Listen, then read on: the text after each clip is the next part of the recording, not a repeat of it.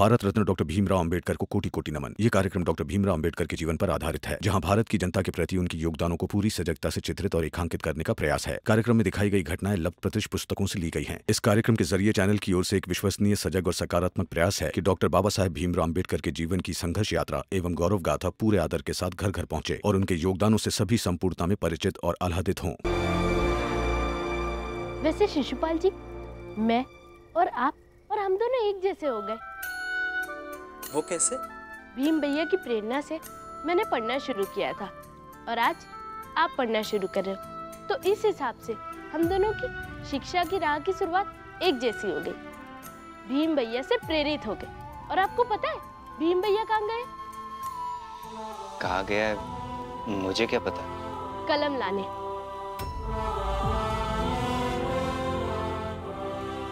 मगर कलम लाकर भीमभाऊ क्या करेंगे?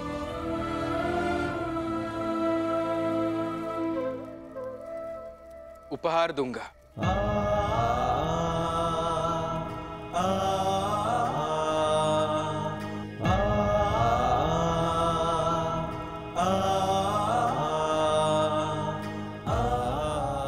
ये कलम मेरी तरफ से। ये लो लाठी।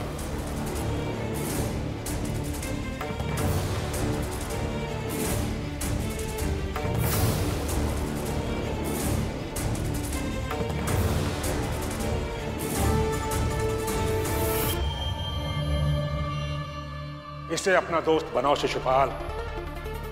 इसकी ताकत को पहचानो शिशुपाल, फिर पूरी दुनिया तुम्हारे कदमों में झुकेगी। ये दुनिया ताकत की भाषा समझती है। ये लाठी तुम्हारे जीवन की सबसे बड़ी पूंजी होगी। लो।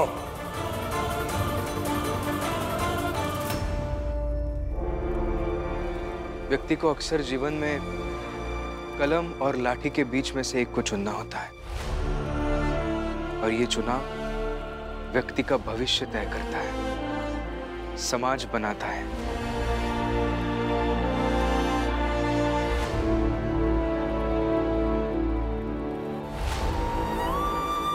शिशुपाल जी, मैं हमेशा कोशिश करता हूं कि कोई व्यक्ति अगर अपनी पढ़ाई की शुरुआत करने जा रहा है तो अपनी तरफ से एक कलम देकर उसके पढ़ाई की शुरुआत कराऊं। तो ये कलम आपके लिए मेरी तरफ से।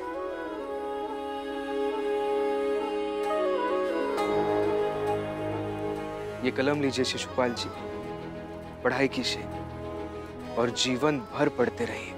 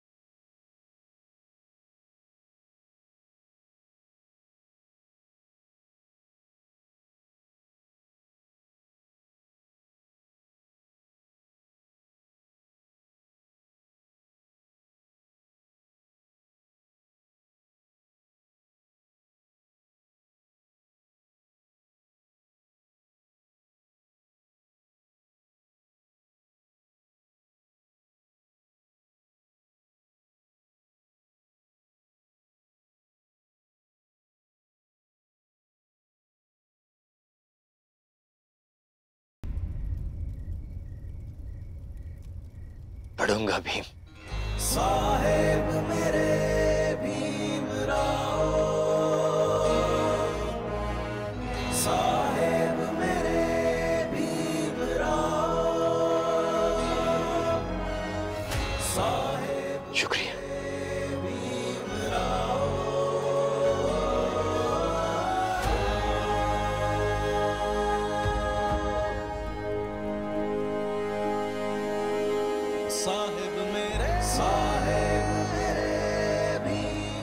चलो श्यामला।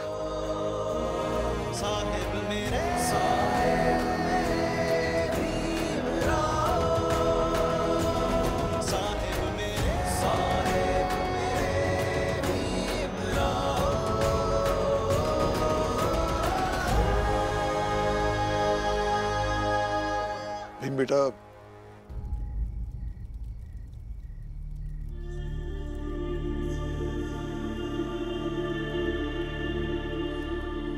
सालों पहले मैंने तुम्हें ऐसे ही कलम तुम्हारे हाथों में थमा दी थी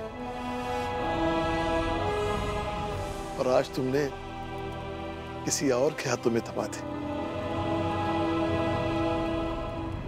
जो कभी तुम्हारा सबसे बड़ा दुश्मन हुआ करता था।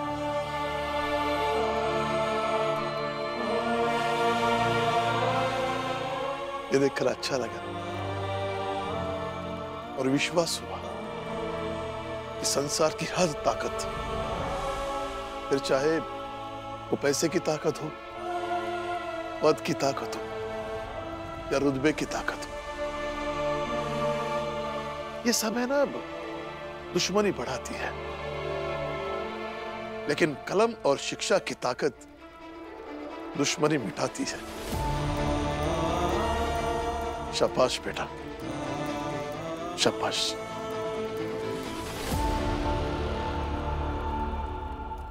चल बेटा, साथ में खाना खाते हैं।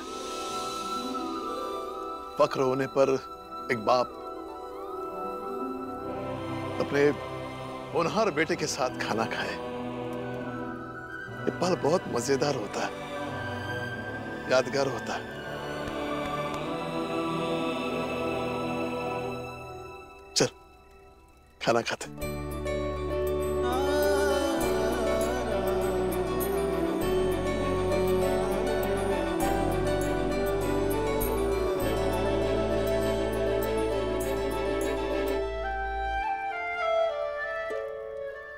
रमा, बेटा तुमसे कुछ काम है। हाँ बोलिए ना काका।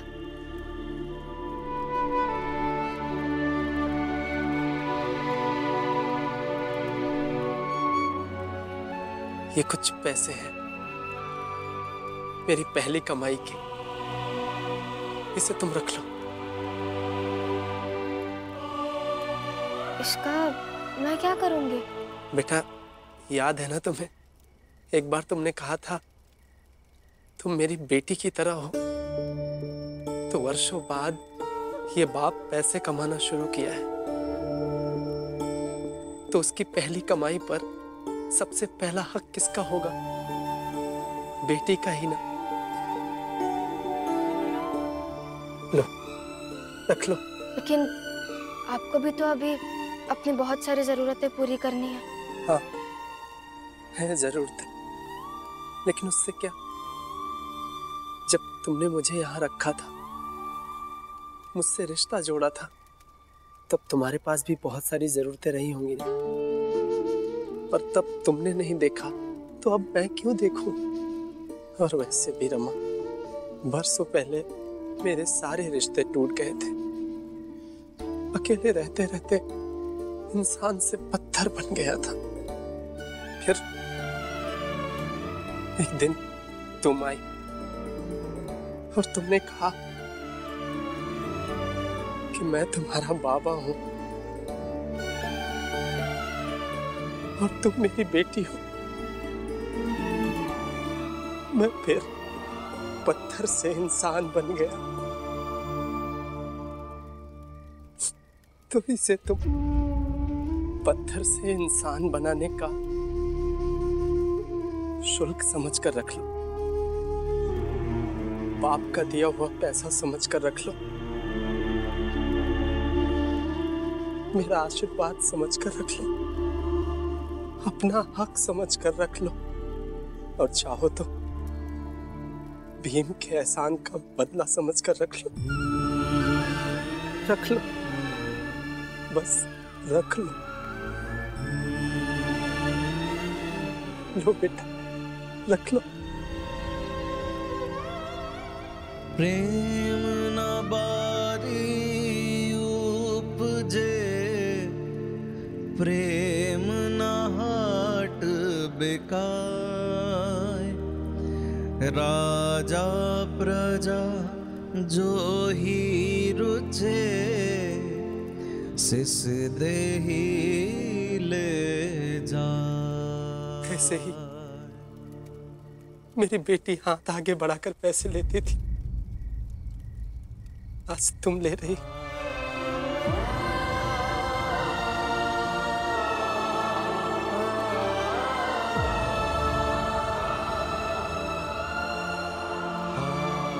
खुश रहो बेटा।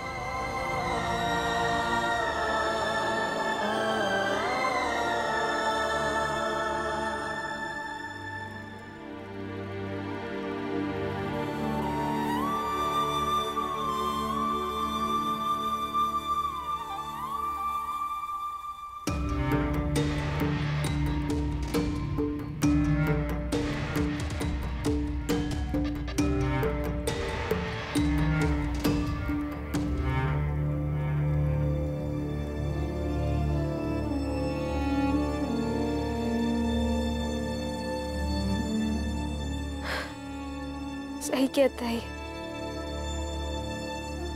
दिल में अगर प्रेम हो तो जीवन में रिश्ते कम नहीं है,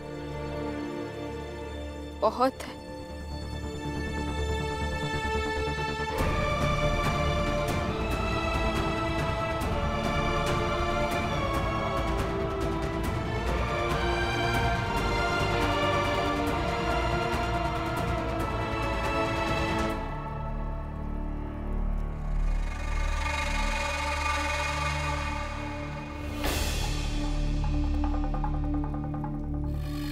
आई, अब तो ये पूरन भी पैसे कमाकर रमा को देगा। भीम कमा रहा है, रमा कमा रही है, और अब ये पूरन भी कमाकर रमा को देगा। फिर रमा हो जाएगी मालो माल, किसी की सुनेगी थोड़ी फिर। तो अब क्या करें आई, आप ही बताइए। करना क्या है, कल सुबह सुबह इस पूरन को भगाना होगा। और शत्रुता का सिद्धांत भी तो यही कहता है ना कि जो शत्रु की सहायता करे सबसे पहले उसे हटा। तो हटाएंगे फिर पूरन को।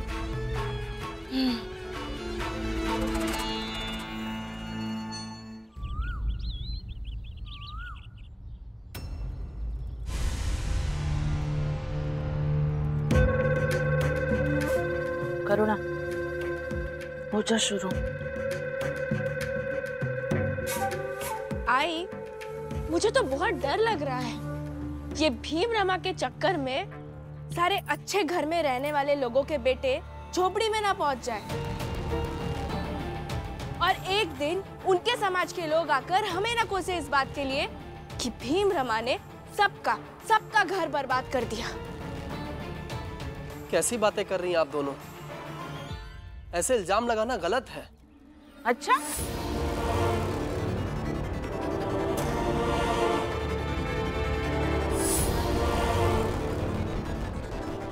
और आप जो हमारे बीच में बोल रहे हैं वो ठीक है?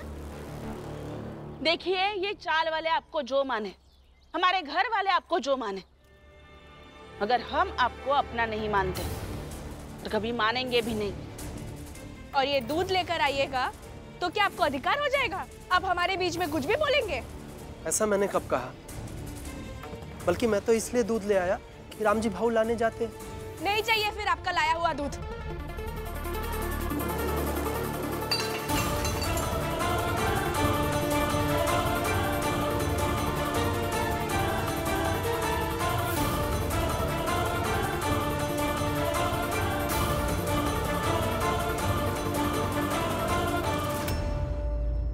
बदतमीजी की हद हो गई।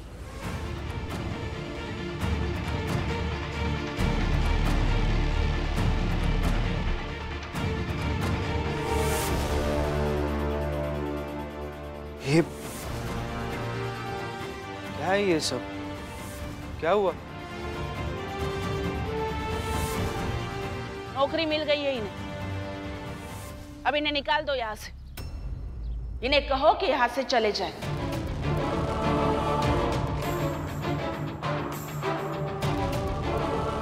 ऐसे अचानक कैसे जाने के लिए कह सकते हैं? सुनिए ना, वो मैं और आई बात कर रहे थे। हाँ, मैं मानती हूँ कि भीम और रमा की शिकायत कर रहे थे, तो बीच में आकर ये हमें ज्ञान देंगे? कौन लगते ये हमारे? पर तो ज्ञान की बातें सुन लेनी चाहिए ना। नहीं सुननी ज्ञान की बातें। अब इन्हें निकालो यहाँ से, बहुत हो गया। ऐसे कैसे निकालो? ये भाऊ है मेरे, और मेरे मामा है, मेरे घर रहेंगे। मिल गया हल। अब शांति से जीने दीजिए इन्हें। सुबह सुबह ऐसे किसी के साथ करना अच्छा लगता है क्या? हाँ, सही है बिल्कुल। रात में कमाकर किसी ने पैसे दे दिए तो उसके पक्ष में बोलना तो बनता भी है।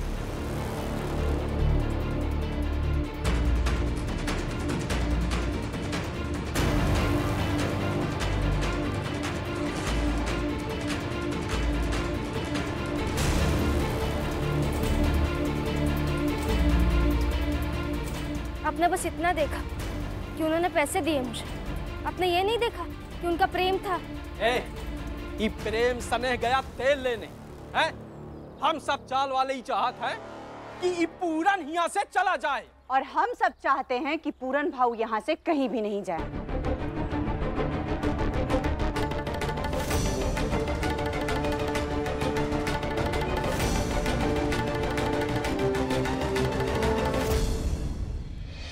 अच्छा तो ठीक है। हम क्या कहत हैं कि जैसे हम लोग भीम के लिए चाल में मतदान किए रहे, वैसा ही पूरन के लिए भी मतदान कर लेते हैं। ये जो ई चाहत है कि पूरन हिया रहे चाल में, वो पूरन के पक्ष में मत दे दे। और जो लोग ई चाहत हैं कि पूरन चाल से चला जाए, वो पूरन के विपक्ष में मत दे। और ऐसे सामूहिक रूप से मिलके सब चाल वाले जो भी फैसला लेंगे, वो सबको मानना होगा, है कि नहीं? हाँ, ई सही रहेगा। हाँ, और अगर चाल के निर्णय के बाद भी शोभा ने नाटक किया कि मेरा भाई है, मैं घर पे रखूंगी, या भीम जबरन रखेगा, तो वो चाल के बाहर जाकर रखे, चाल में नहीं।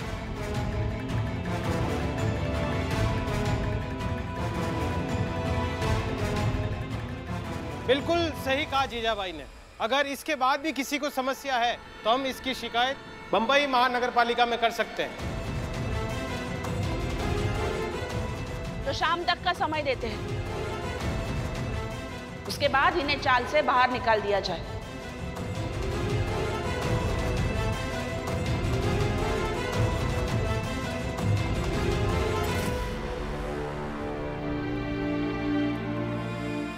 चल करुणा। जीजाबाई, तुम जीवन भर यही कहती रही कि भीम के प्रति तुम नफरत पालती हो, लेकिन आज इतनी बुरी बन गई हो कि तुम्हारी नफरत की सीमा और बढ़ गई है। चाय पीनी है ना, जाकर दूध लेकर आइए। चल करुणा, बर्तन ले।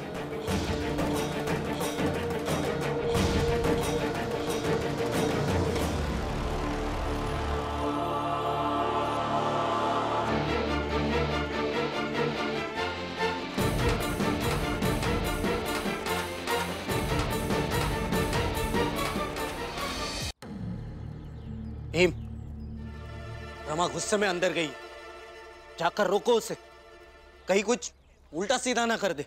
बाला भैया, अभी रमा के साथ जो कुछ भी हुआ उसका उसे बुरा लगा होगा, और बुरा लगने का मतलब सिर्फ दुख होना नहीं होता। बुरा लगने के बाद कई बार गुस्सा भी आ जाता है। रमा गुस्से में अंदर गई है, तो अभी गुस्से में वो जो करना चाहती है उसे करने दीजिए। करने दीजिए मतलब? तुम ये कहना चाहते हो कि रमा का जो मन करेगा वो करेगी? आप मतलब का मतलब मत निकालिए, बस रमा जो चाहेगी वो करेगी। ऐसे कैसे करेगी? अंदर करुणा है, आई है, इसने कुछ उल्टा सीधा कर दिया तो तुम नहीं रोकोगे ना?